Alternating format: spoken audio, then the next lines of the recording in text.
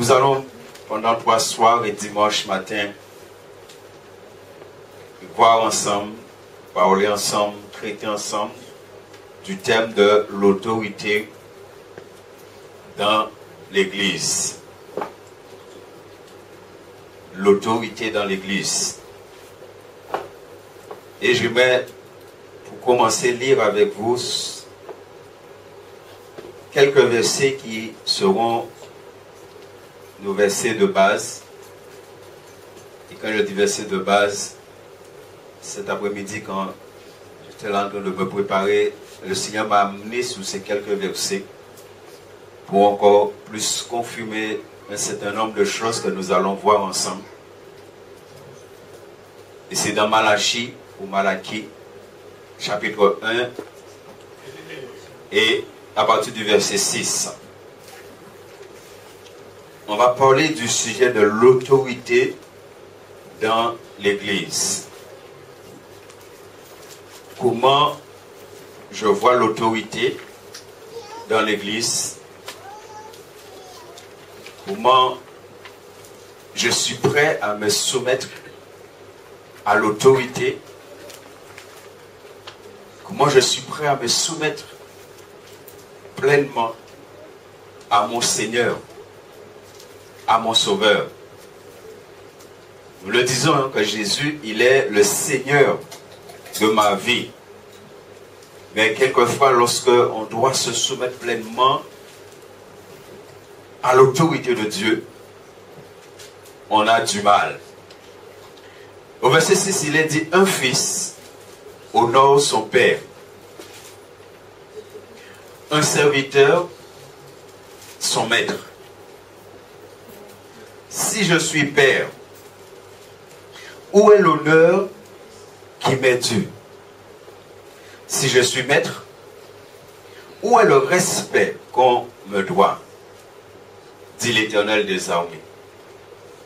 À vous, sacrificateurs, qui dédaignez mon nom, vous dites, en quoi avons-nous dédaigné ton nom?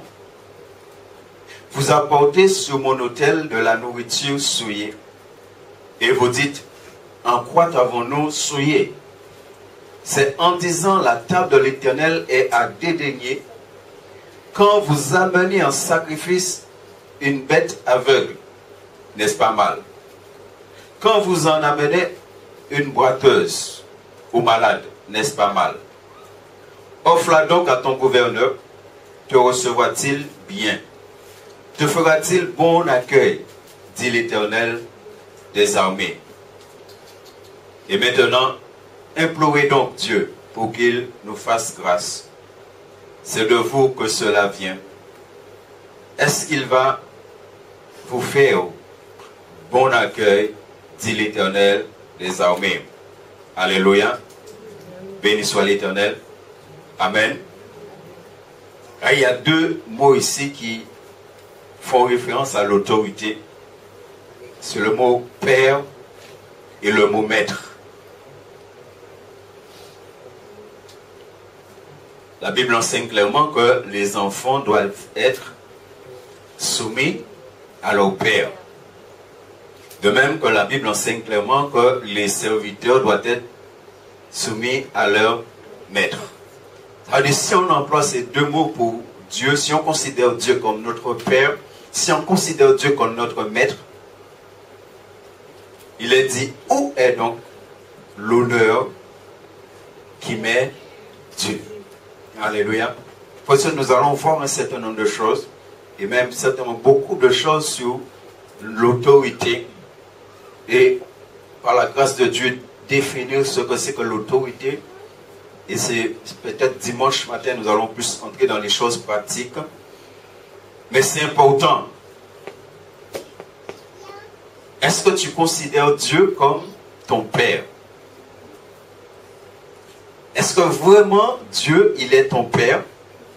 Est-ce que vraiment Dieu, Jésus, il est le maître de ta vie? Et c'est de la manière que tu vas te soumettre à Dieu qui va déterminer est-ce que vraiment Dieu est ton Père? Est-ce que vraiment il est le maître de ta vie? C'est-à-dire qu'on ne peut pas appeler Dieu Père, ni maître et qu'on ne fait pas ce que Dieu nous demande. Ou alors comme ici, le peuple faisait n'importe quoi. Et nous avons lu la parole, vous avez vu jusqu'où le Père est. Le Père même discute avec Dieu. Quand Dieu dit c'est pas bon, il dit mais en quoi c'est pas bon? Bien aimé, on verra un certain nombre de choses ensemble. C'est juste ce passage que nous allons lire à chaque fois pour que vraiment l'Esprit de Dieu puisse nous parler. Alors, ce que nous verrons ensemble, nous verrons quelques mots d'introduction pour introduire notre sujet. Ensuite, nous allons parler de l'importance de l'autorité et voir un certain nombre de choses, voir 4 points ensemble pour parler de l'importance de l'autorité. On va voir, et ça vraiment, pour bien comprendre les choses, frères et sœurs, parce qu'il n'y a rien que Dieu nous demande que Dieu lui-même ne fait pas. Et on va parler de l'obéissance dans la Trinité. Et on va voir combien dans la Trinité il y a un respect de l'autorité, mais un respect strict, pour que nous qui disons nous avons l'Esprit de Dieu, comment nous imitons l'obéissance qui existe dans la Trinité dans notre relation avec le Seigneur. Et nous allons voir comment nous pratiquons l'autorité dans l'Église. Nous prenons l'exemple de 2 personnages bibliques, David et Saül, et ensuite arriver à la conclusion de ce que Dieu nous permettra de voir ensemble. Béni soit l'Éternel. Quelques mots d'introduction, frères et sœurs. Quand on parle de l'autorité, on voit cette notion de l'autorité très tôt dans la parole de Dieu. Quand Dieu a créé l'homme, Genèse chapitre 1, verset 28 qu'on connaît, quand Dieu a créé l'homme, il a tout de suite donné à l'homme de dominer. Dominer dans le ciel, dominer sur la terre et dominer dans la mer. Il a donné à l'homme l'autorité sur tout cela, sur les oiseaux, sur les bêtes et sur les poissons. L'homme a été placé en autorité. Dieu a donné autorité à l'homme lorsqu'il a créé l'homme. Parce qu'il a créé l'homme à son image, à sa ressemblance. Ça veut dire, il a donné à l'homme ce qu'il y a en lui-même. Mais l'homme aussi, dans le jardin d'Éden, l'homme aussi devait se soumettre pleinement à l'autorité pour rester dans la volonté de Dieu. Ça veut dire, dans le jardin d'Éden, il y a les deux. Il y a le fait que Dieu a créé l'homme et a donné à l'homme l'autorité sur toutes choses, mais il y a le fait aussi que l'homme était placé sous l'autorité de quelqu'un et qu'il devait respecter cette autorité. Et qu'est-ce qu'on voit dans la chute de l'homme? C'est que l'homme a trouvé que c'est pas bon. Et l'homme a voulu être dépendant. L'homme a toujours, à partir de ce moment-là, bien aimé, et il faut que nous comprenions cela, même en tant qu'enfant de Dieu, à partir de ce moment, l'homme a eu un problème avec l'autorité qui existe jusqu'à aujourd'hui. N'est-ce pas? Jusqu'à aujourd'hui, l'homme a un problème avec l'autorité. Et nous devons savoir cela. Nous avons un problème avec l'autorité. J'ai un problème avec l'autorité, vous avez un problème avec l'autorité.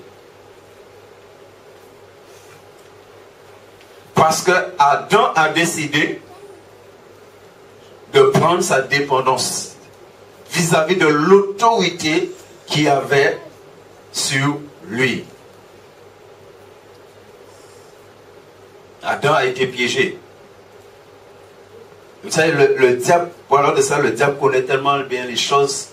C'est ainsi qu'il a présenté ça. Vous serez comme, c'est-à-dire vous serez des autorités. Vous n'allez plus dépendre de Dieu. Et Et en passant, quelquefois, on trouve ça dans l'église, n'est-ce pas? Des bien-aimés qui sont dans l'église et pour eux veulent vivre leur vie sans être soumis à l'autorité que Dieu a établie ou aux autorités que Dieu a établies dans l'église. Et à ce moment-là, on rentre dans un problème. On va voir comment la Bible est catégorique.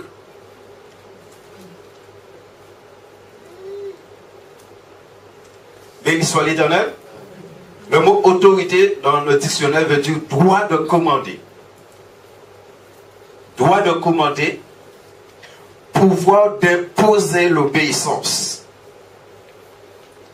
Droit de commander, pouvoir d'imposer l'obéissance à quelqu'un. Est-ce que tu sais que l'Esprit de Dieu qui est en toi est là pour t'amener à obéir à Dieu, pour t'amener dans l'obéissance à ton maître, à celui qui règne en toi. Quand nous devenons enfants de Dieu, Dieu nous demande, au moment où tu donnes ta vie à Christ, Dieu te demande à ce moment-là que tu dois obéir à son autorité. Bien-aimé, c'est pourquoi la Bible dit que quand on donne sa vie à Christ, que maintenant notre vie ne nous appartient plus. Et si ta vie ne t'appartient plus, c'est-à-dire que tu ne peux plus décider. Bien-aimé, encore une fois, de ce que Dieu va nous permettre de voir ensemble. Le problème, c'est l'obéissance. Ouais? Le problème de chrétien, c'est l'obéissance. Et je le répète, l'homme a un problème avec ça. Ce soir, vous devez savoir que vous avez un problème avec ça. Béni soit l'Éternel.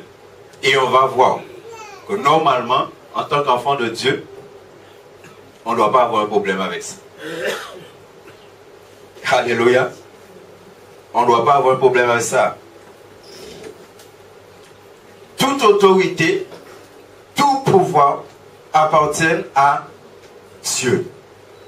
Dieu est à l'origine de toute autorité. L'homme, en matière d'autorité, l'homme n'a rien décidé, n'a rien fait. C'est Dieu. Toute autorité qui existe sur la terre, c'est Dieu qui permet cela. C'est Dieu qui est à l'origine. Parce qu'on vient de voir dans la Genèse, c'est lui qui a donné à l'homme. Ce n'est pas l'homme qui a décidé de dominer sur les poissons, sur les bêtes, sur les oiseaux. Ce n'est pas l'homme qui a décidé ça. Mais c'est Dieu qui a donné cela à l'homme. Ça veut dire que l'autorité vient de Dieu. Béni soit l'Éternel. Il y a des choses qu'on doit bien comprendre. Dans l'Ancien Testament, Dieu exerçait son autorité par les prophètes, par les prêtres, par les rois et par l'Écriture. Quand nous lisons l'Ancien Testament, c'est ce que nous voyons. Dieu exerce l'autorité par ces catégories de personnes, les prophètes, les rois, par les Écritures. C'est ainsi que Dieu, il exerçait l'autorité au sein de son peuple. C'est-à-dire que le peuple devait être pleinement soumis à ces personnes. Nous devons savoir aussi que Jésus, en tant qu'homme et en tant que Messie, il était une autorité, et une autorité reconnue. Alors si vous lisez Matthieu chapitre 8, verset 8, vous voyez cela. Le centurion, il a reconnu que Jésus était un homme rempli d'autorité. Et on nous dit que Jésus, il parlait, il enseignait avec autorité. Et c'est pourquoi, bien aimé, tout ce que Jésus a fait, il a fait parce qu'il était cette autorité et parce que Jésus était soumis pleinement à l'autorité. Et on prendra l'exemple de notre Seigneur et Sauveur Jésus-Christ. On prendra son exemple pour voir comment Jésus, comment il était soumis pleinement à l'autorité du Père. Et que tout ce qu'il a fait, et des fois nous voulons servir Dieu, nous voulons faire des choses, des fois on a même envie d'avoir un ministère puissant, on a envie, n'est-ce pas? Mais c'est comment tu es prêt à te soumettre pleinement au Seigneur. Comment ton cœur est disposé à se soumettre pleinement au Seigneur. Comment ton cœur est disposé à se soumettre pleinement à la parole de Dieu. Et on verra, Dieu ne regarde pas à ce que tu fais. Dieu, il regarde à comment tu te soumets à sa parole. Dieu, il regarde à ta vie d'obéissance. Comment tu lui obéis. Et comment tu lui obéis, et c'est la seule personne à qui on doit avouer cela, comment tu l'obéis aveuglement. Ça veut dire que tu ne discutes pas. Quand Dieu te dit de faire quelque chose, tu le fais. Tu ne discutes pas avec Dieu. Parce que l'obéissance, c'est quelque chose.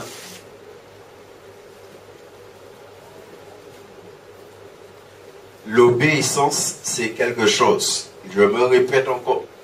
Dans le jardin d'Éden, il y a quelque chose qui s'est passé vis-à-vis de l'autorité. Et que l'homme va hériter après. L'homme n'aime pas.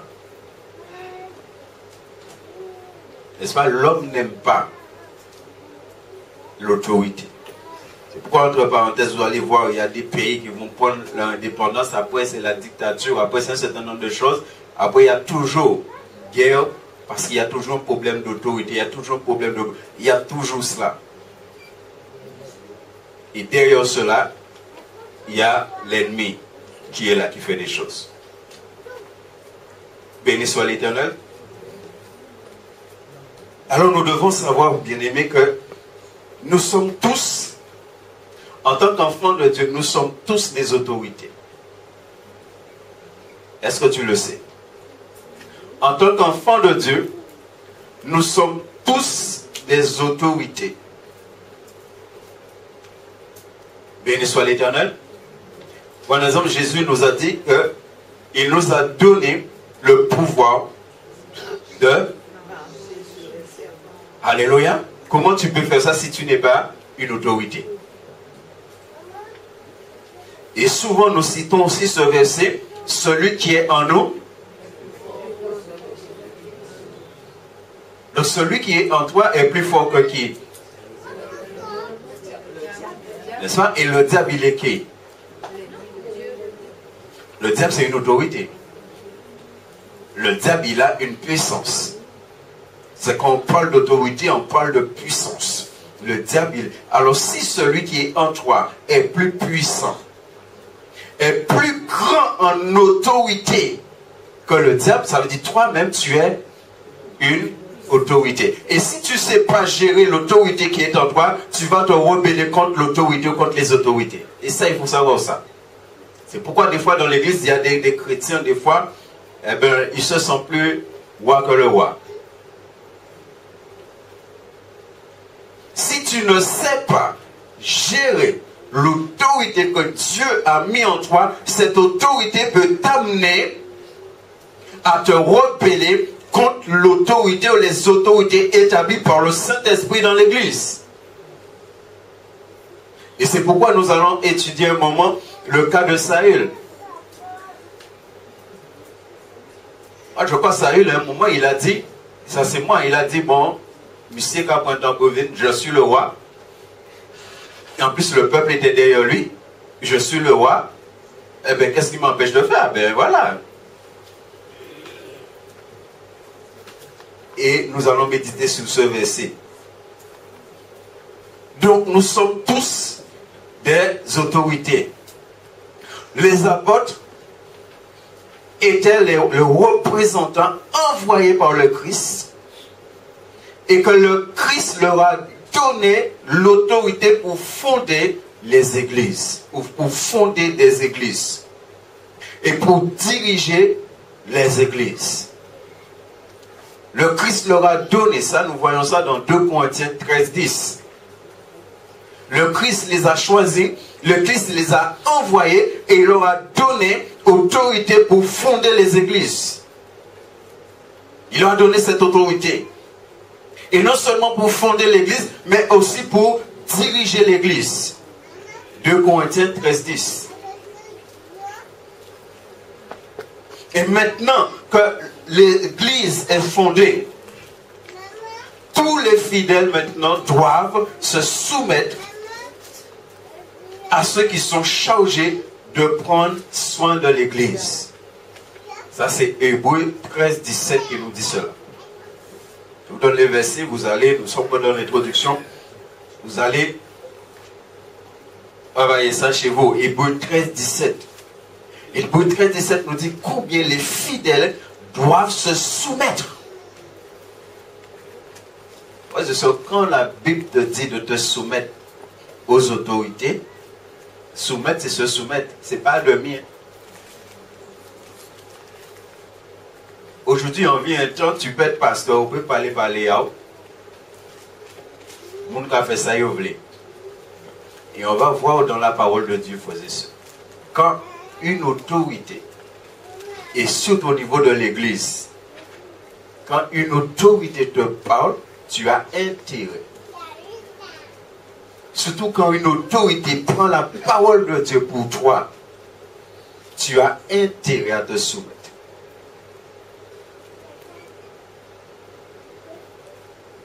Dieu a enlevé son esprit dans Saül juste parce que on lui a dit quelque chose. Un serviteur est venu, lui a dit quelque chose venant de Dieu et lui il a fait le contraire.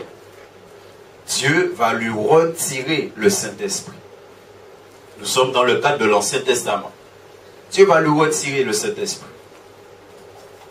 Et en parlant de ça, que nous verrons bien, tu peux perdre l'onction que Dieu a mis sous ta vie juste parce que tu ne te soumets pas à l'autorité, aux autorités que Dieu a établies dans l'Église. C'est pourquoi on ne doit pas jouer avec ça. C'est pourquoi, bien aimé, on doit savoir clairement ce que c'est que l'autorité. Et on parle d'autorité, on ne parle pas d'autoritarisme, n'est-ce pas? Il y a une différence. Béni soit l'Éternel. Les fidèles doivent se soumettre à ceux qui sont chargés de prendre soin de l'Église, à ceux qui sont chargés de prendre soin de leur âme, à ceux qui doivent rendre compte devant Dieu. Je dois rendre compte pour l'âme de chacun de vous. Vous savez ça? Devant Dieu, je dois rendre compte. Vous savez, moi, quand je prie Dieu, je dis, il y a certaines choses, je dis, Seigneur, que ta volonté soit faite. Des fois, il y a des pasteurs, ils veulent des églises de 2000 membres, mais on va rendre compte. Vous connaissez rendre compte des devant bon Dieu. Parce que c'est ce qui est écrit dans la Bible. Et Hébreux 13, 17, c'est ce qui dit, n'est-ce pas? Car il veille sur vos âmes comme devant en rendre. N'est-ce pas? Il veille sur vos âmes comme devant en rendre compte. Béni soit l'Éternel. Et c'est pour ça, entre parenthèses, moi je bénis Dieu tellement je ne suis pas un pasteur autoproclamé.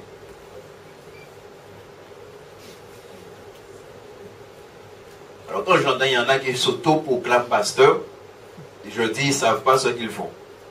Ça, ils ne savent pas. Hein? Bon, déjà, moi, j'ai mis beaucoup de temps à accepter. Alors, plus forte raison, autoproclamer. La Bible est claire, hein? Tu dois rendre compte. Béni soit l'Éternel.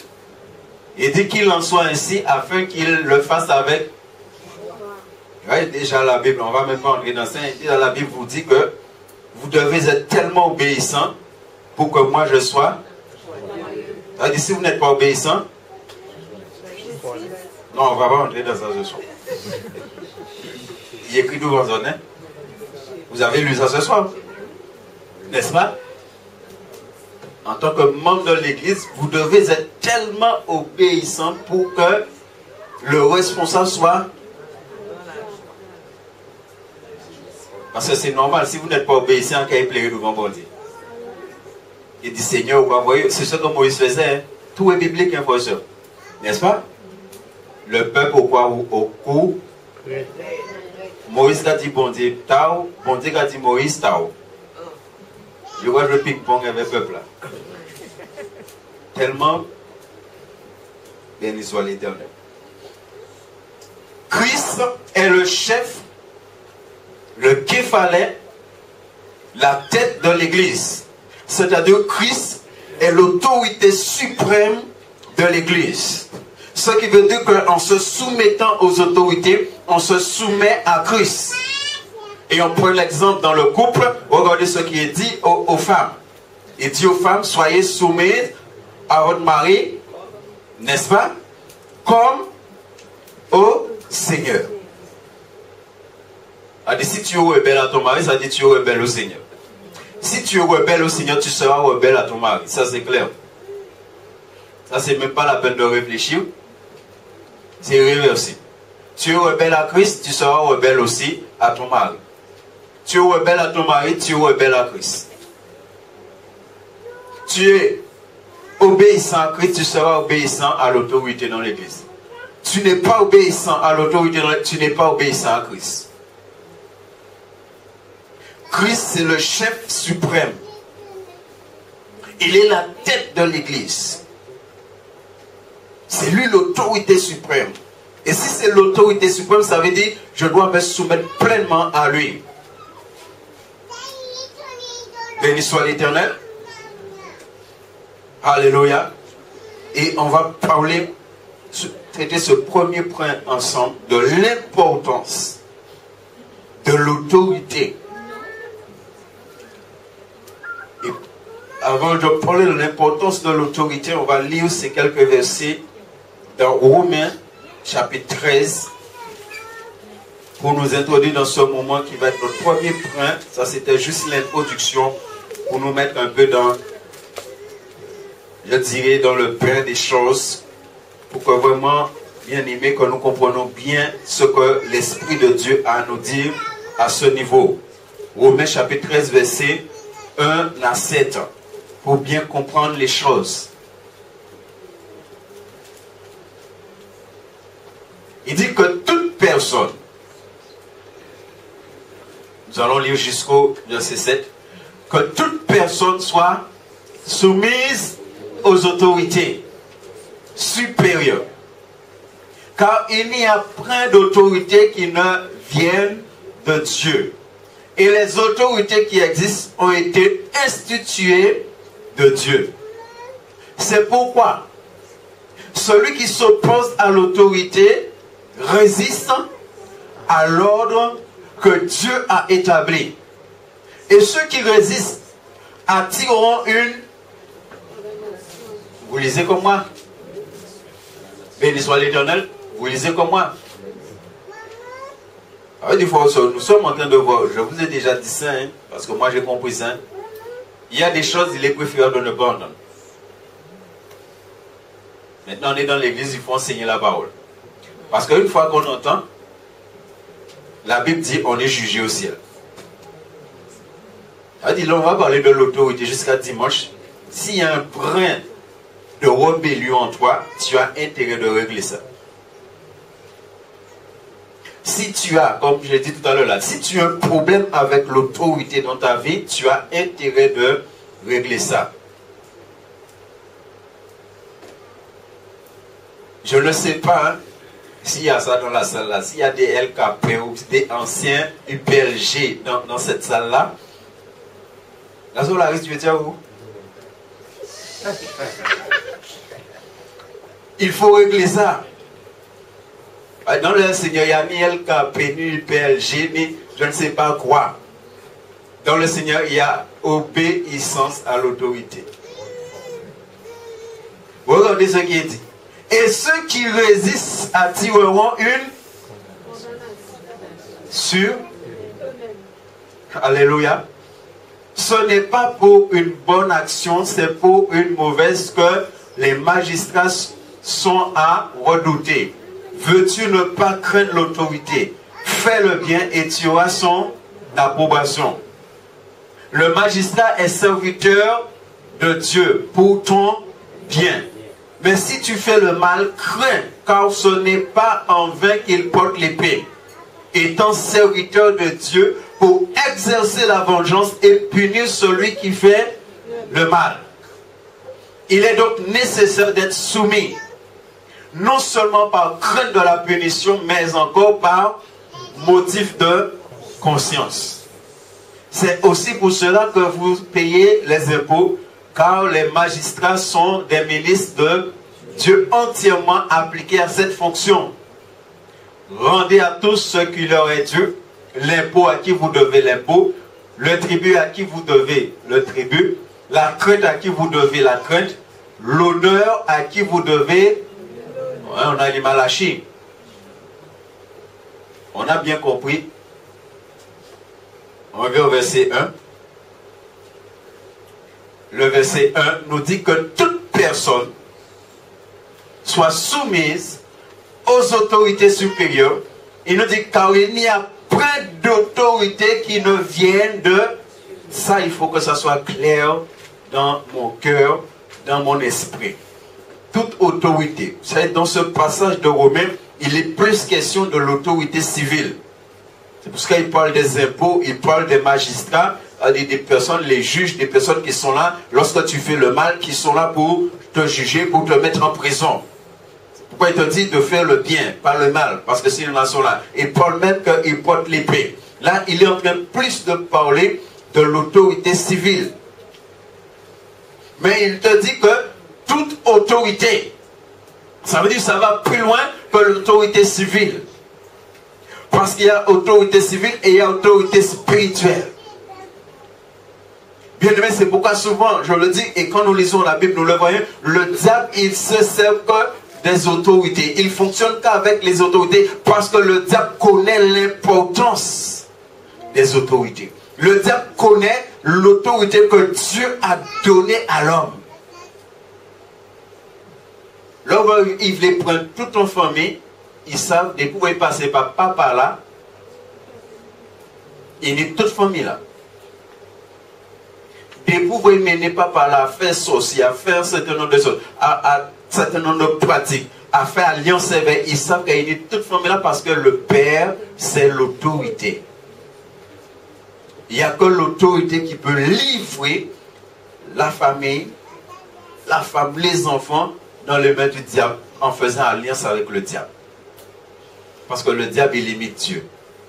Quand tu fais alliance avec Dieu, quand le Père fait alliance avec Dieu, c'est toute la famille qui est concernée. Béni soit l'Éternel. Donc on voit qu'il est clairement dit que toute autorité vient de Dieu. Ça dit c'est Dieu qui a établi les autorités sur la terre. Aujourd'hui, on voit un certain nombre de choses qui existent, les tribunaux, les juges, les autres. Mais quand on va dans l'Ancien Testament, on voit qu'au sein du peuple de Dieu, ça existait.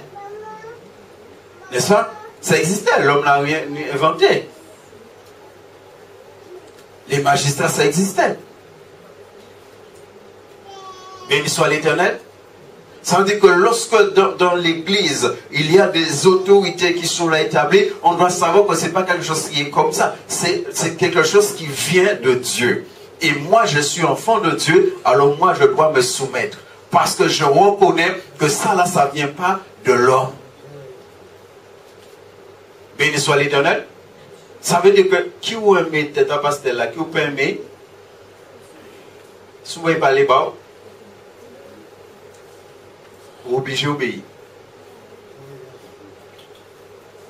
Parce que tu sais que le pasteur, c'est le Saint-Esprit qui l'a établi. Tu sais que l'ancien, tu sais que l'évêque dans l'église, c'est le Saint-Esprit qui l'a établi. Tu sais que le diacre, tu sais que la diacre, c'est le Saint-Esprit. Et frères et sœurs, nous allons parler, c'est plus dimanche, on va parler de cela, mais c'est comment maintenant j'obéis. à l'autorité dans l'église. En sachant que les autorités viennent de Dieu. Quand Dieu a créé la terre, il n'a pas créé comme ça. Toutes ces choses-là étaient déjà là. Et c'est pourquoi là on va parler de l'importance de l'autorité.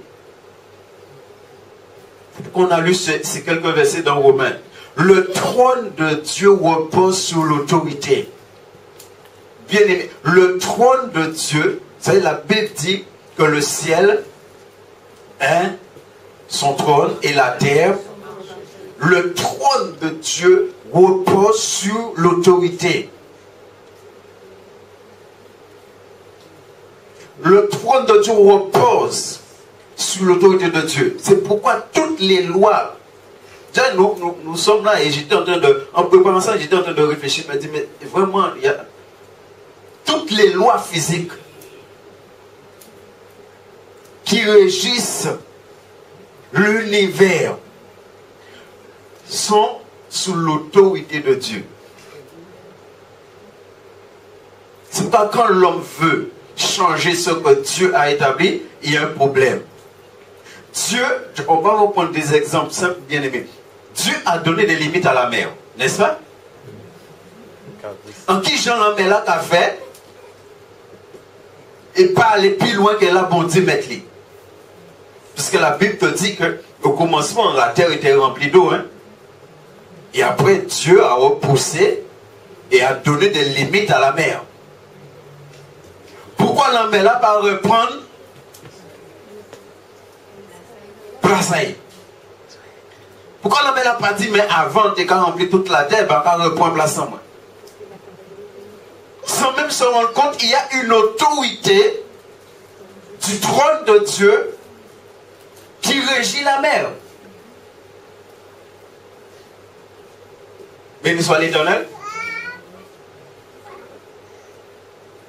Il y a des choses tellement simples de la vie qu'on ne se rend même pas compte.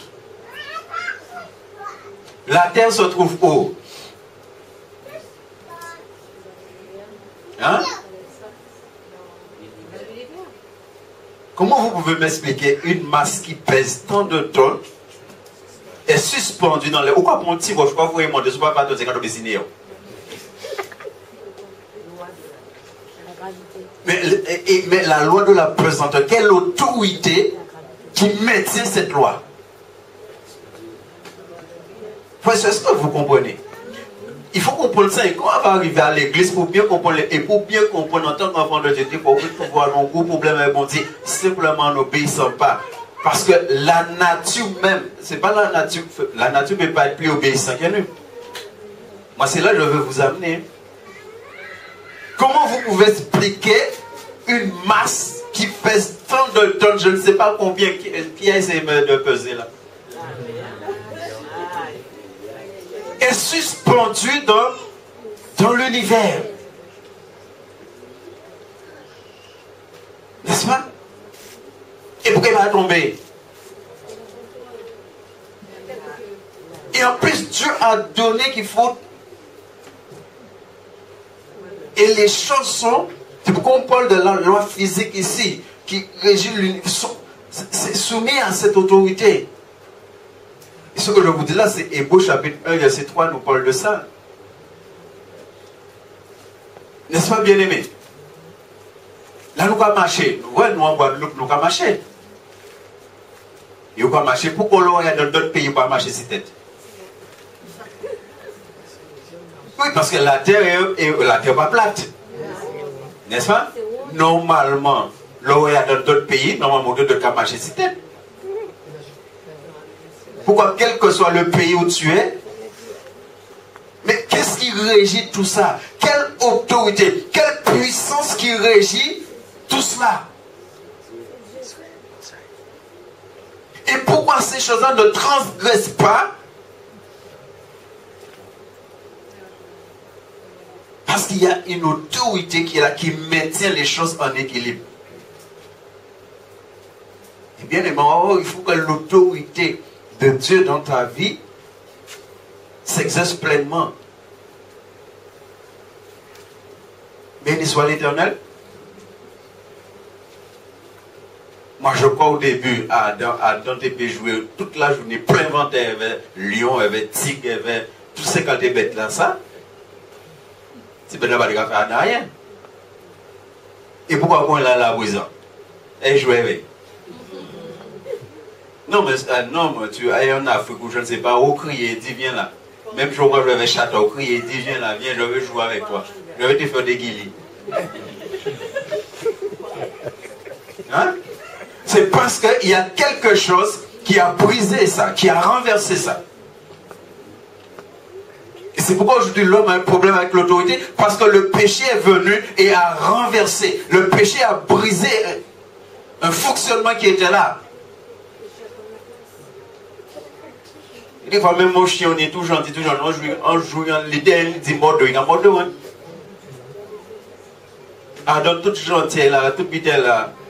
Moi, je connais une famille comme ça, que je connais très bien. Il dit non, on berger allemand qui lève, qui fait pas de petit moun a grandi avec petit moun a on joue, il m'a dit moun a. Mais moi, je vois Adam joue avec tous les animaux. Adam t'es qu'à crier lion là, les gars disent viens là, Adam t'es qu'à jouer, bon jouer avec lion là, la café, bon guili. L'avantage lion là, plein avec guili, gabati. Mais là, dans le péché, vous regardez, ils sont lion déjeuner. Non, est-ce que vous comprenez, frère? On prend les choses simples pour bien comprendre la notion de l'autorité. Et dans l'église, c'est l'autorité. Quand l'autorité est respectée, c'est ce qui fait que la présence de Dieu est maintenue comme il faut dans l'église. Ça, nous allons le voir. Dans l'église, nous ne sommes pas libres. Parce que la nature même n'est pas libre de faire ce qu'elle veut. La nature, jusqu'à aujourd'hui, fonctionne selon ce que Dieu a établi. Béni soit l'Éternel. Dieu soutient toutes choses par la parole de la puissance de son autorité. On a lu dans Romains, et Romains nous dit clairement que l'autorité de Dieu représente Dieu lui-même. L'autorité de Dieu représente Dieu lui-même. Et c'est pourquoi l'autorité est importante dans l'église et on doit connaître, comprendre la notion de l'autorité dans l'église. Une église ne peut pas fonctionner sans autorité. S'il n'y a pas des autorités établies dans l'église, ce n'est pas une église. Et j'ai relevé une citation de quelqu'un. Et la personne dit, un péché commis contre le pouvoir est plus facilement pardonné qu'un péché contre l'autorité. Parce que ce dernier n'est rien d'autre qu'un péché commis contre Dieu lui-même. Ça veut dire quand on est rebelle à l'autorité, on est rebelle à Dieu lui-même. Chaque fois que je me rebelle à l'autorité, c'est contre Dieu que je me rebelle. La rébellion, c'est contre Dieu. Bien aimé, c'est important de comprendre ça.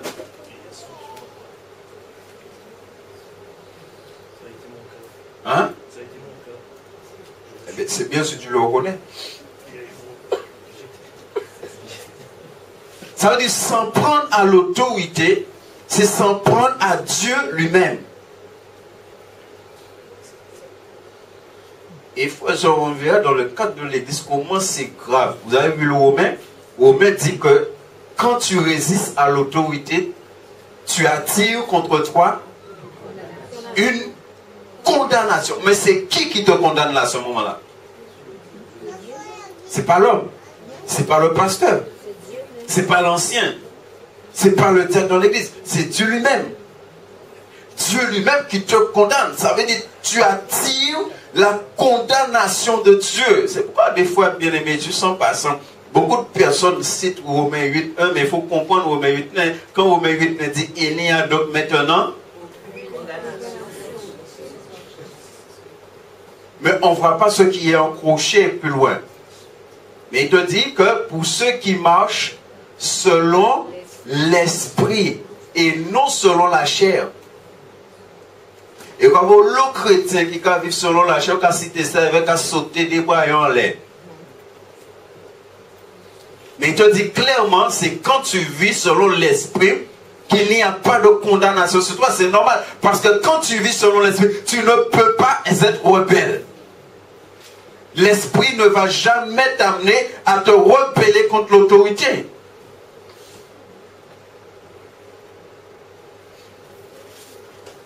Le trône de Dieu repose sous l'autorité. Et c'est pourquoi il est absolument indispensable qu'en tant que serviteur de Dieu, que nous connaissons l'autorité de Dieu sur notre vie. Et que nous nous soumettons pleinement à cette autorité de Dieu sur notre vie. Il faut qu'on voit bien que le trône même de Dieu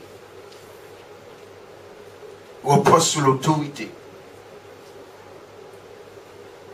Tout ce que Dieu a créé, tout ce qui fait partie de l'univers, repose sous l'autorité de Dieu et est régi par cette autorité.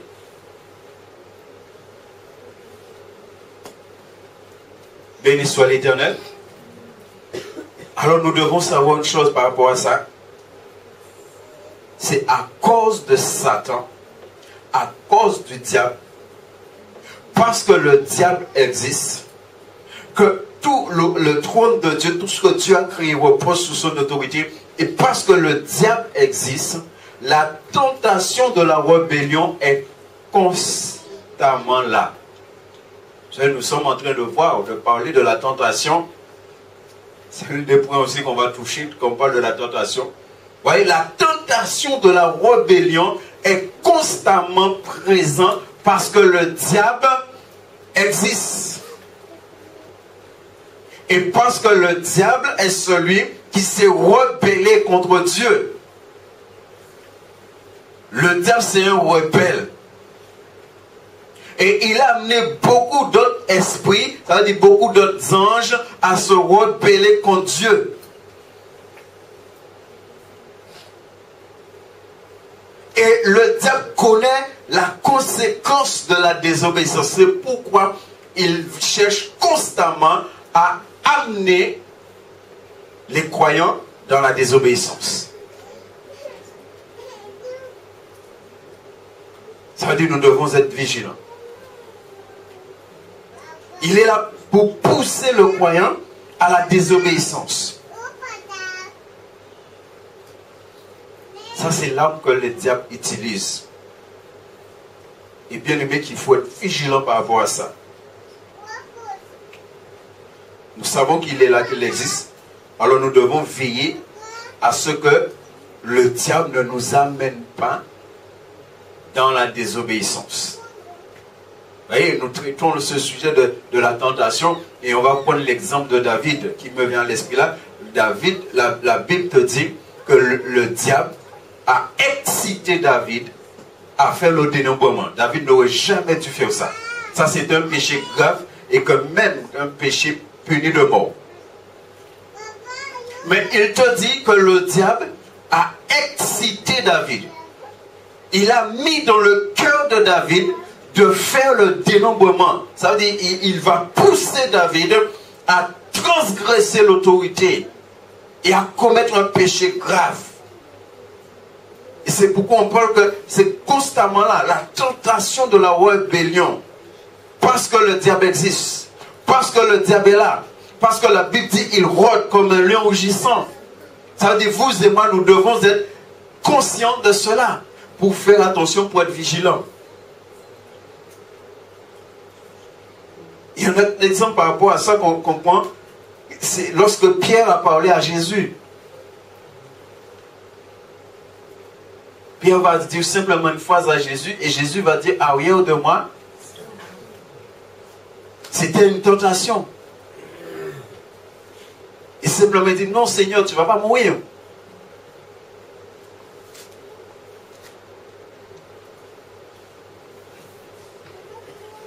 Deuxième point concernant l'importance de l'autorité, c'est l'obéissance à la volonté de Dieu est la plus grande des exigences contenues dans la parole.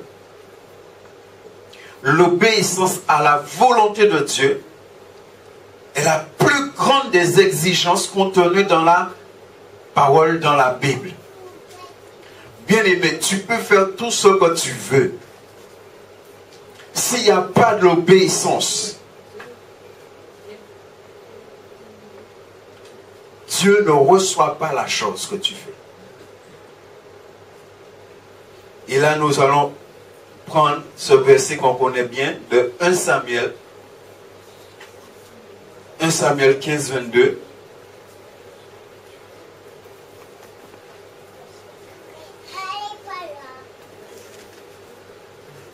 On connaît ce verset.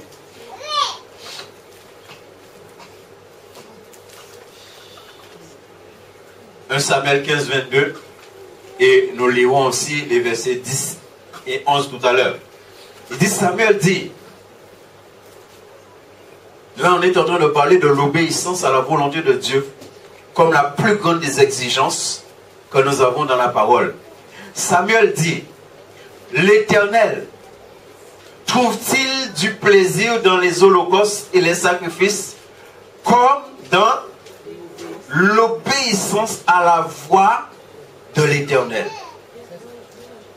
Regardez ce que la parole est en train de nous dire. Samuel est en train de poser une question ici. Est-ce que Dieu trouve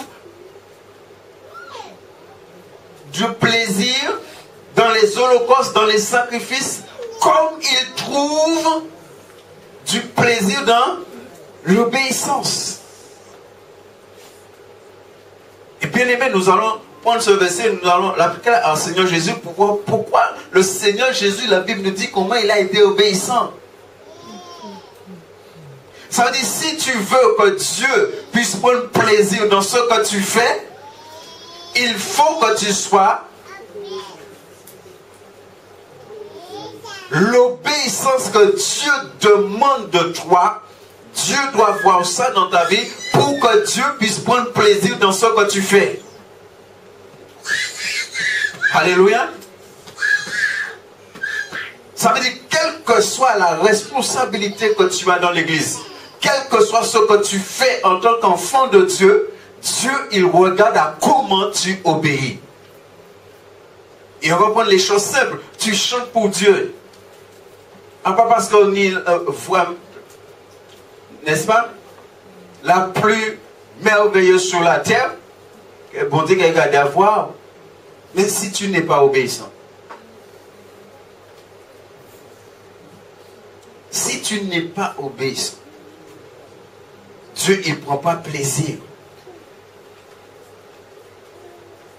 Et c'est vrai, nous connaissons pourquoi il a été dit cela. On va prendre le verset 10 et 11. Il dit, l'Éternel adressa la parole à Samuel et lui dit, je me repens d'avoir établi Saül pour roi, car il se détourne de moi et n'observe point mes... Vous voyez? Saül était rebelle. À tel point que Dieu dit, Dieu regretta d'avoir choisi Saül comme roi. Ça nous montre là comment l'obéissance à la volonté de Dieu, c'est la plus grande des exigences contenues dans la Bible. C'est-à-dire, ce qui passe avant tout, c'est l'obéissance. Et quelquefois, en tant qu'enfant de Dieu, on entend la parole, on entend un certain nombre de choses, des fois même concernant notre vie, on entend l'Esprit de Dieu nous montre des fois quand nos vies n'est pas conforme à ce que Dieu dit, et tout de suite on ne règle pas le problème. Ça veut dire tout de suite on ne rentre pas dans l'obéissance. Saül, quand il a fait ces affaires-là, il savait. Hein? Il savait qu'il n'avait pas le droit de faire la chose. Il le savait. Il y a des enfants de Dieu, des fois, ils savent. Hein? Ils savent qu'il ne faut pas faire telle ou telle chose. Mon frère, ma soeur, à ce moment-là, comment tu es obéissant à ton Dieu?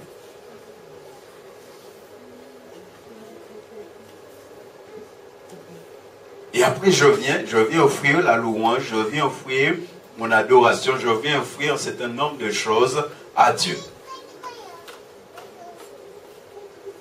Mais il n'y a pas l'obéissance qu'il faut. Oui, comme je l'ai dit tout à l'heure, on va entrer dans les choses pratiques de l'Église pour bien comprendre. Il faut comprendre. La plus grande des choses que Dieu demande à l'homme et à ses enfants n'est pas de porter sa croix, de le servir, de faire des sacrifices ou de se renier lui-même. Mais la plus grande des choses qu'il demande, avant tout, c'est de lui obéir. La plus grande des choses, mon frère, ma soeur, que Dieu attend de toi, c'est de obéir. La chose que Dieu regarde à comment tu le fais, c'est l'obéissance. Dieu regarde comment tu obéis. Comment tu obéis dans l'église? Comment tu obéis au pasteur? Comment tu obéis aux les autorités de l'église? Place des personnes dans des responsabilités dans l'église. Toi, tu travailles avec ces personnes-là. Comment tu obéis à la personne? Parce qu'une fois que l'autorité de l'église, une fois que les autorités de l'église imposent les mains à la personne et établissent la personne, toi qui es à travers, tu es obligé d'obéir.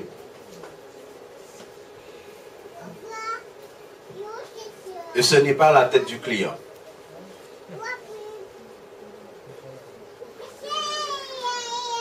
Oui, vous savez, moi j'ai prié aujourd'hui et j'ai dit, Seigneur, il faut que tu m'apprennes l'obéissance. J'ai prié, je dis Seigneur, il faut que tu m'apprennes l'obéissance parce que là, et on verra, bien aimé, on verra que il faut une révélation spéciale de Dieu pour que tu comprennes c'est quoi l'obéissance. Chacun de nous, il faut une révélation spéciale du Seigneur pour comprendre ce que c'est que l'obéissance. Parce que le problème qu'il y a avec nous, c'est que des fois, chacun voit l'obéissance à sa façon. Et sous quoi voit l'obéissance à sa façon? Je ne sais pas, hein, si l'Esprit de Dieu va m'amener à parler de ça, mais il y a des choses qui se sont passées.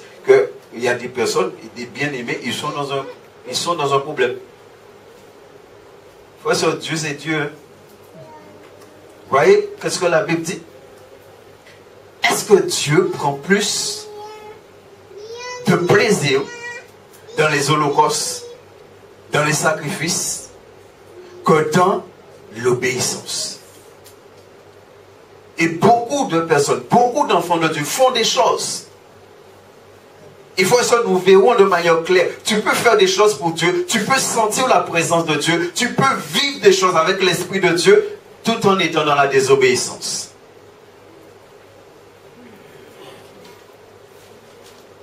Je vous disais, moi j'ai prié, moi je ne sais pas pour vous. Hein.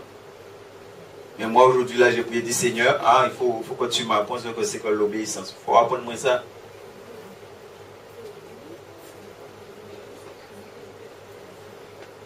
Béni soit l'Éternel. Moi je rends grâce à Dieu. Et je crois que normalement, tous ici, même avant qu'on soit chrétien, Dieu a permis qu'on vive des choses parce qu'il nous avait déjà appelés. Moi, j'ai vécu des choses très difficiles avec mon père. Je crois que j'ai déjà parlé de ça. Hein. La dernière mémoire, parce que pourquoi? Et il me disait des choses terribles. Et il me demandait des choses. J'ai toujours fait ce qu'il me demandait. À tel point j'ai une soeur dans la chair, je lui dis, moi, pas comprendre vous. Tout ça, bitin papa a dit, tout ça, bitin a fait, toujours les mains, donc toujours obéi. C'est après ma conversion, j'ai compris. C'est Dieu qui m'a permis de vivre ça. Mais c'est important.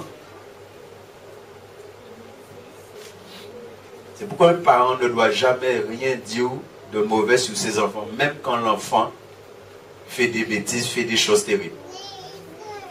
Tu es une autorité sur ton enfant. Et en tant qu'autorité, tes pour mon parole sortie qui a accompli. Soit c'est bon Dieu qui a accompli, soit c'est diable qui a accompli. Et c'est pourquoi en tant que parent aussi, on doit apprendre à nos enfants l'obéissance. Ça, on verra ça dimanche. Des fois, nous des chrétiens qui apprennent si on a eu la rébellion.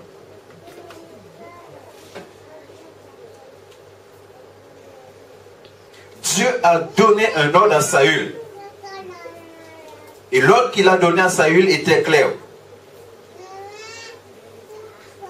Et au travers de Samuel, on voit que Saül n'a pas obéi. Dieu a dit à Saül d'attaquer et de détruire les Amalécites. Et Dieu a dit de détruire, de tuer tout le monde. Saül, qu'est-ce que Saül va faire? Déjà, Saül va garder Agag, le roi. Ensuite, qu'est-ce que Saül va faire? Saül va prendre les meilleures bêtes, les meilleurs bœufs, les meilleurs agneaux gras et tout ce qu'il avait de bon. Il faut remarquer bien ce que la Bible nous dit concernant cela. Il nous dit que Saül va prendre tout ce qu'il avait de bien ou tout ce qu'il avait de bon. Ça veut dire que Saül est devant ce que Dieu a dit et Saül est devant ce que son cœur désire. Et c'est là qu'on se fait piéger des fois. Et qu'est-ce que Saül va faire? Saül va faire sa volonté à lui. Il va commencer par épargner le roi. Et après, toutes ces bêtes-là, les gars de ces bêtes-là, ils voient ces bêtes-là tellement grands, ils pensent à inventer. Il dit, ouais, t'as là, qui font belle michu éveillé, t'as là, oui. T'as là, qui fait un. Et il a pris les bêtes. Il va désobéir à l'ordre de Dieu. C'est pourquoi je ne veux pas cesser, parce que Dieu m'a fait comprendre ça un jour. Si tout chrétien était avec ça, t'es bien, tout le monde est de l'eau la foi. Les désirs non là, c'est ça qui a posé le problème. Saül, il a vu.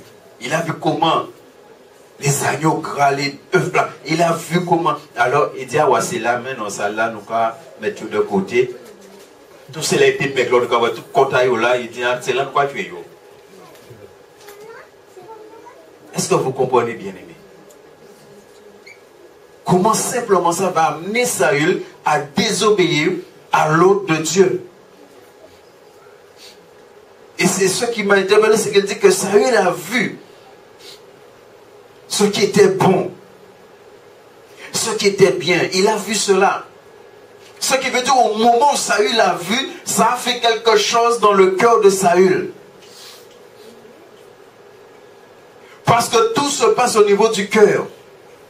Quelquefois, c'est parce qu'il y a des choses dans ton cœur, tu as du mal à obéir à ce que Dieu te demande. Mais qu'il y ait des choses dans ton cœur qu'il n'y ait pas, Dieu te dit d'obéir, tu obéis.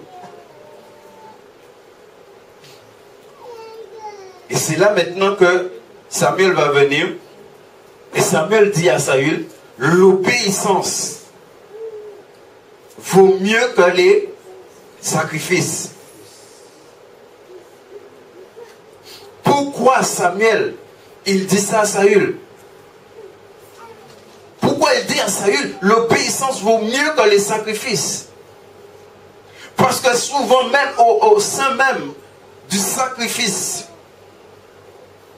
de ce qu'on peut faire pour le Seigneur, il y a un élément de la volonté personnelle de l'homme dedans. Et quand il y a un élément de la volonté personnelle de l'homme dedans, ça veut dire qu'il n'y a pas une obéissance totale à Dieu. Dieu ne prend pas plaisir dans la chose.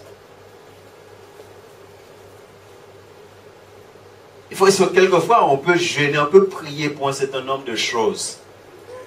Et penser que Dieu il est d'accord avec nous. Dieu, ah ouais, on va même dire que Dieu m'a béni dans le temps de mon temps de jeûne, mais il y a un brin de désobéissance dans ta vie. C'est faux. Dieu n'a pas pris plaisir dans ça.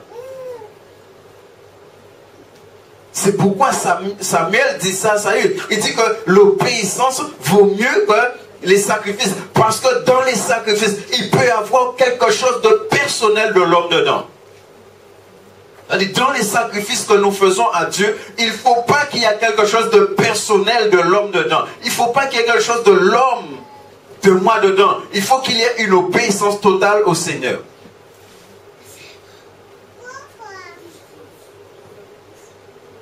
Tu as quelque chose dans ton cœur contre quelqu'un, contre l'autorité, comme je suis pasteur, pour mon cas, tu as quelque chose dans ton cœur contre le pasteur, mais tu fais des choses pour Dieu. Tu fais des sacrifices pour Dieu. Mais à ce moment-là, comment Dieu il prend plaisir dans ce que tu fais, alors que tu as quelque chose dans ton cœur contre.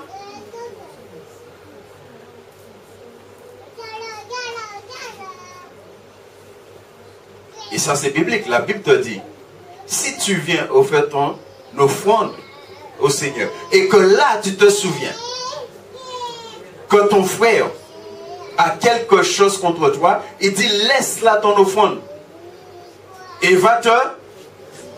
Et ensuite, mais nous, nous, c'est pas ça, il y a une bataille quand même. Hein? Non, mais il faut qu'on soit clair. Il y a des enfants de Dieu, ils vont faire leurs offrandes, ils donnent l'offrande, et puis voilà. Mais pourquoi? Ça veut dire, à ce moment-là, si tu donnes l'offrande, il y a quelque chose de personnel de l'homme dedans. Tu as quelque chose contre ton frère, ou ton frère a quelque chose contre toi. Ça, c'est quelque chose de personnel de l'homme qui est là, dans le sacrifice que tu donnes à Dieu. À ce moment-là, Dieu ne prend pas plaisir dans le sacrifice. Il faut est-ce que nous comprenons cela? Il y a tellement d'enfants de Dieu qui font des choses pour Dieu et Dieu ne les connaît pas. Dieu ne prend pas plaisir dans ça. Et puis, tout dans eux dehors pour eux, bon Dieu content. Je répète, j'ai dit à Dieu, apprends-moi l'obéissance.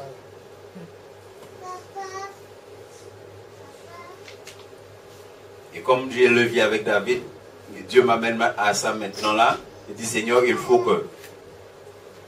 Avant, il y a tellement dit bon Dieu ça, mais comme on voit David dans sa fort, et on voit bon Dieu des gabeilles.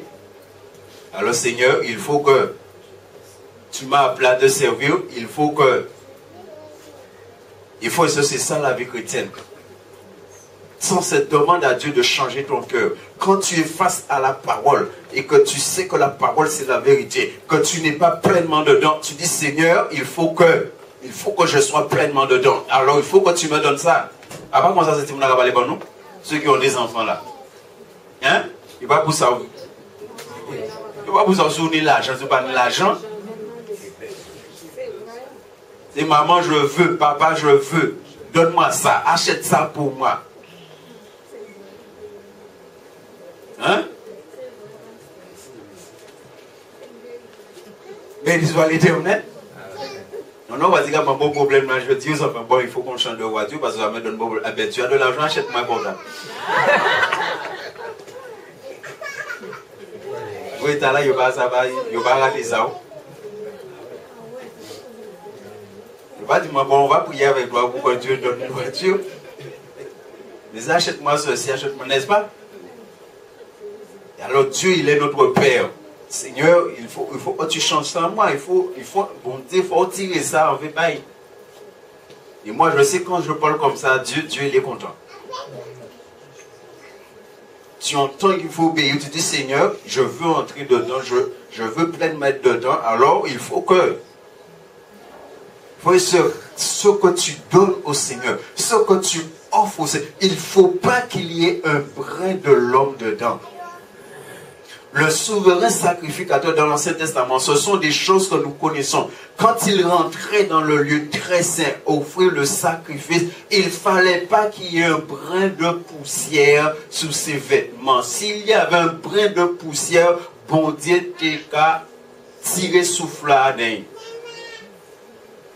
Est-ce que nous comprenons? Mais quand il rentrait dans le lieu très saint, c'était pour offrir des sacrifices, c'était pour servir Dieu. Aujourd'hui, le lieu très saint, c'est ton esprit parce que l'esprit de Dieu vit dans ton esprit. C'est maintenant toi, par l'esprit qui vit dans ton esprit, tu offres des choses à Dieu. Il ne faut pas qu'il y ait quelque chose de l'homme dans ce que tu offres à Dieu. Ça veut dire que tu dois te rassurer qu'il n'y ait pas quelque chose de l'homme dedans.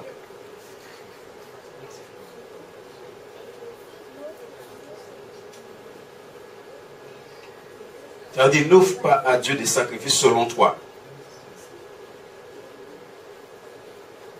Mais offre un sacrifice à Dieu dans une soumission totale à la volonté de Dieu. Pourquoi, bien aimé, quand on va prendre l'exemple du Seigneur Jésus, il faut que ce soit clair pour nous. Quelqu'un a écrit, seule l'obéissance honore vraiment Dieu. On a lu Malachie. Si je suis père, où est l'honneur qui m'est dû? Si je suis maître, où est le respect qui m'est dû? Seule l'obéissance honore vraiment Dieu. Seul celui qui marche dans l'obéissance honore Dieu par sa vie. Pourquoi l'obéissance honore Dieu? Parce que l'obéissance est centrée uniquement sur la volonté de Dieu. Quand tu obéis, ça veut dire que tu fais la volonté de Dieu. Quand tu fais la volonté de Dieu, ça veut dire qu'il n'y a rien de l'homme à ce moment-là. C'est pourquoi Jésus, il a dit que ce sont ceux qui font la volonté de mon Père qui entreront dans le royaume céleste. Ça dit ceux qui font la volonté de son Père, ceux-là, ils marchent pleinement dans l'obéissance, dans la soumission.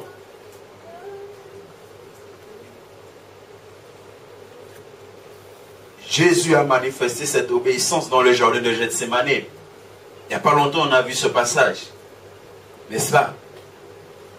Dans le jardin de Gethsémani, Jésus a manifesté 1 Samuel 15, 22. Jésus a dit que ce ne soit pas ma volonté, mais ta volonté. Il n'y avait rien de l'homme. Et Jésus a manifesté son humanité à ce moment-là. On l'a vu ça il n'y a pas longtemps. Parce que la Bible te dit il était triste. Ça c'est l'humanité de Christ. Bon Dieu, pas Jean triste. Il était angoissé. Dieu n'est jamais angoissé. Son âme était triste à la mort. Ça c'est l'humanité de Christ qui s'est manifestée dans le jardin. C'est-à-dire il était pleinement homme dans le jardin à ce moment-là. Mais étant pleinement homme, il a dit à Dieu que ce ne soit pas la volonté de l'homme qui est en moi, mais que ce soit ta volonté à toi. Il s'est soumis pleinement à la volonté de Dieu. Ça veut dire en tant qu'homme, quand il t'arrive des choses difficiles, l'angoisse, la tristesse, comment tu fais la volonté de Dieu? Il y a des chrétiens, quand les choses sont difficiles, eh bien, ils vont échapper quoi.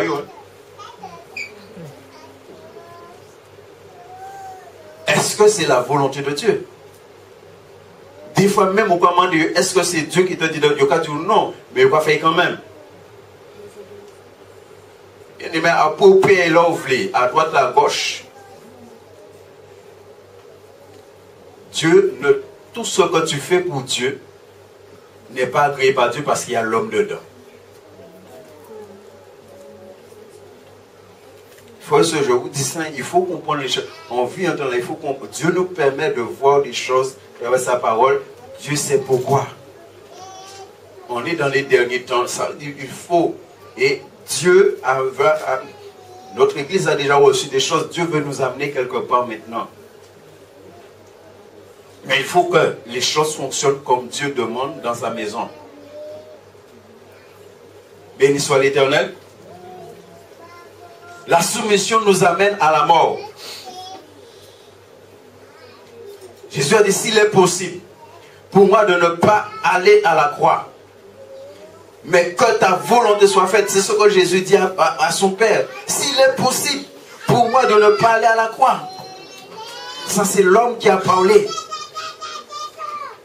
Mais l'homme va dire, mais que ce soit ta volonté qui soit faite.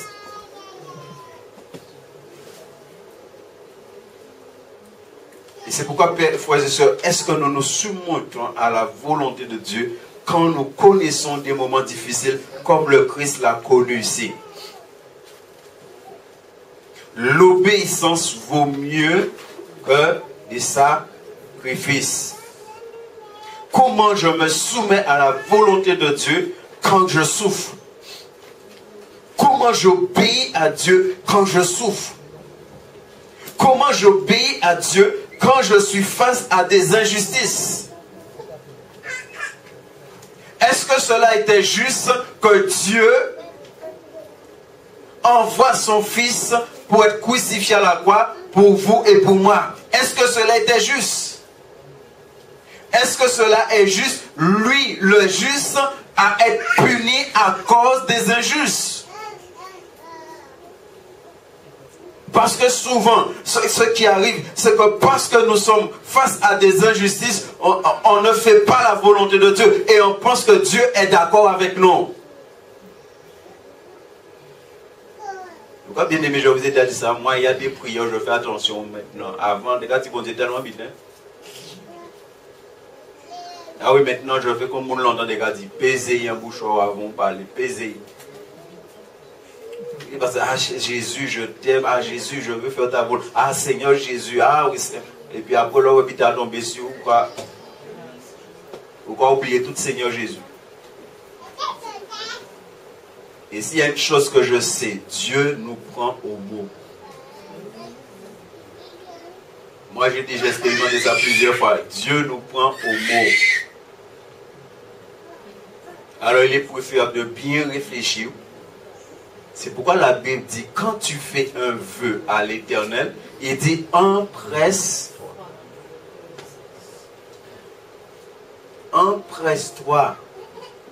de l'accomplir. Moi, je dis toujours, quand je pense à ça, ça dit, Dieu a acheté un Ferrari, un Lamborghini, puis encore pour un petit Twingo parce que ça a été traîné.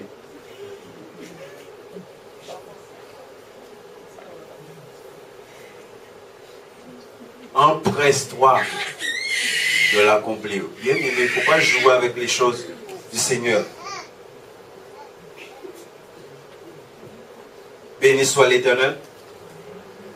Quel est le but suprême? On a vu l'autorité suprême. Toute autorité suprême, supérieure vient de Dieu. Quel est le but suprême de ta vie? Est-ce que le but suprême de ta vie, c'est de faire la volonté de Dieu? Pour Jésus, le but suprême, ce n'était pas d'être crucifié. Ce n'était pas ça l'important pour Jésus. Est-ce qu'on se rend compte de ça? Pour Jésus, être crucifié à la croix, ce n'était pas ça l'important. L'important pour Jésus, c'est de faire la volonté de son Père. C'est ça qui était important. C'est pourquoi dans l'église, l'important ce n'est pas de faire des choses dans l'église. Ce n'est pas important de faire des choses dans l'église. Ce qui est important, c'est de obéir à Dieu. Et si tu obéis à Dieu, Dieu va t'amener à faire des choses dans l'église. Parce que ce n'est pas ce que tu fais dans l'église qui va t'amener dans le royaume de Dieu. Ce qui va t'amener dans le royaume de Dieu, c'est comment tu obéis à Dieu, comment tu as obéi à Dieu. C'est ce qui va permettre que tu entreras dans le royaume de Dieu. Bon et fidèle, c'est parce que tu as été bon et fidèle. Si tu es fidèle, ça veut dire que tu as été obéissant. Être fidèle, c'est ça, c'est être obéissant en toutes choses. C'est ça qui fera que tu vas entrer dans le royaume. Mais tu peux faire beaucoup de choses dans l'église pour Dieu et finalement, tu n'es pas dedans. C'est ce que Jésus a dit. Je ne vous ai... Il n'a pas dit à peu près, hein? Il dit où? Jamais. La volonté de Dieu représente l'autorité. Faire la volonté de Dieu, ça veut dire que tu te soumets pleinement à l'autorité. Et cet après-midi encore, j'étais là et puis l'Esprit de Dieu me parle encore. Dieu me permet encore de comprendre comment en tant que chrétien, des fois on dit des choses, mais on ne croit pas vraiment à ce qu'on dit. Et le Seigneur a commencé encore à me parler de la souveraineté. On dit que Dieu est souverain, mais là, on va arriver, nous allons dire, dans la souveraineté de Dieu, quel que soit ce qui t'arrive, ça n'a pas échappé à Dieu.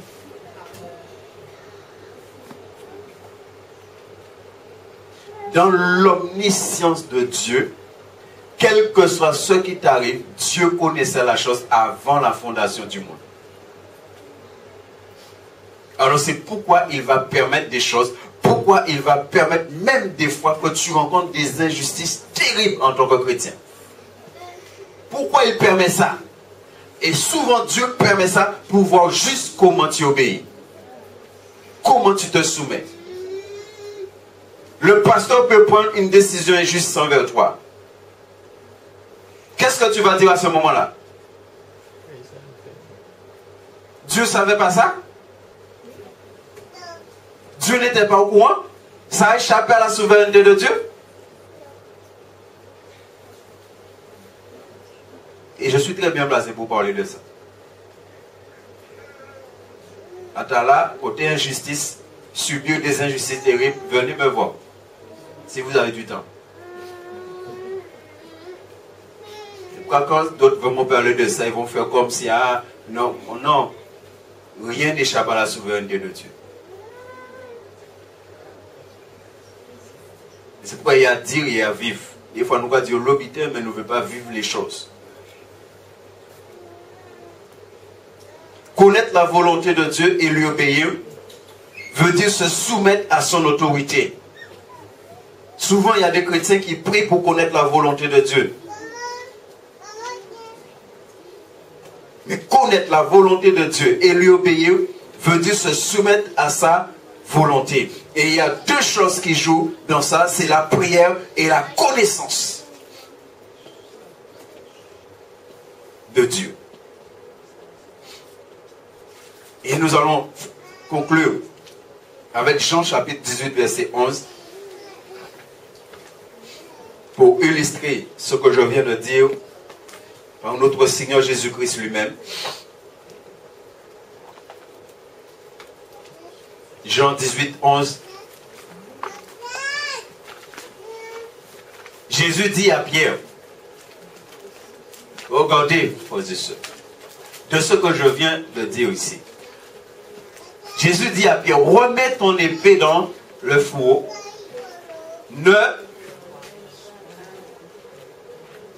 ne brèche pas la coupe que le Père m'a donné à boire. Qui lui a donné à boire la coupe? Vous connaissez c'est quoi la coupe ici? La crucifixion. Mais avant d'arriver sur la croix, qu'est-ce qui s'est passé avant?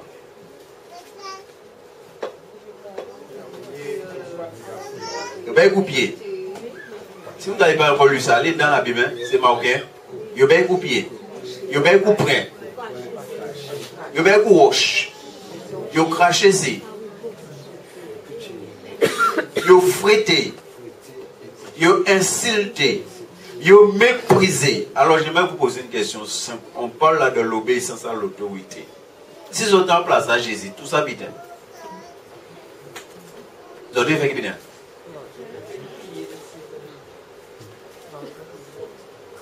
Et je dis nous, mais non, ah Seigneur Jésus, je t'aime. Est-ce qu'on remet coup près là? Est-ce qu'on remet coup pied là? Est-ce qu'on remet crachat là? Est-ce qu'on remet ce coup roche là? Et on va dire Seigneur Jésus, je t'aime. Mais là, on dit Seigneur Jésus, je t'aime, ça veut dire qu'il faut remettre coup près là, il faut remettre coup pied là, il faut remettre crachat là, parce que c'est ça, les et vivre. C'est ça, les par obéissance. Regardez ce qu'il dit. Il dit c'est le Père. Ne brèche pas la coupe que le Père Pourquoi quand la coupe là, on vit la coupe là, quand le Père a réservé pour toi, tu dis non, c'est pas le Père, c'est le pasteur.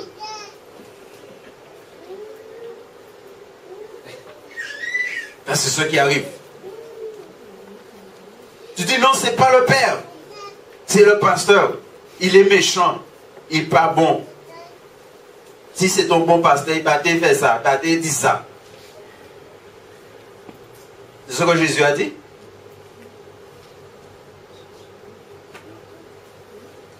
Et en plus de moi, on va prendre son exemple. On va prendre son exemple, l'exemple de Paul, pour voir les choses claires.